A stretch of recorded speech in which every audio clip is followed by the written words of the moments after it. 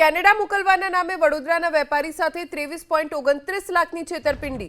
Success ઇમિગ્રેશનના માલિક સંગ્રામસિંહ કુશવાહા પર છેતરપિંડીનો આરોપ છે.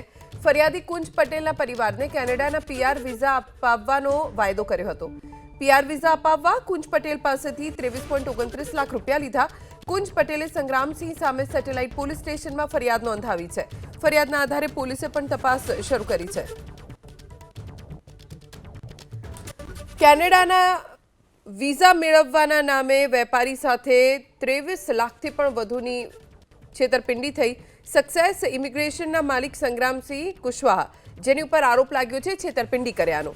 ફરિયાદી છે કુંજ પટેલ, જેમના પરિવારને કેનેડાના પીઆર વિઝા અપાવવાનો સંગ્રામસિંહ કુશવાહાએ વાયદો કર્યો હતો. પીઆર વિઝા અપાવવા માટે કુંજ પટેલ પાસેથી 23,29,000 રૂપિયા પણ લઈ લીધા. કુંજ પટેલે સંગ્રામસિંહ સામે સેટેલાઇટ પોલીસ સ્ટેશનમાં ફરિયાદ નોંધાવતા હવે પોલીસે તપાસ શરૂ કરી છે.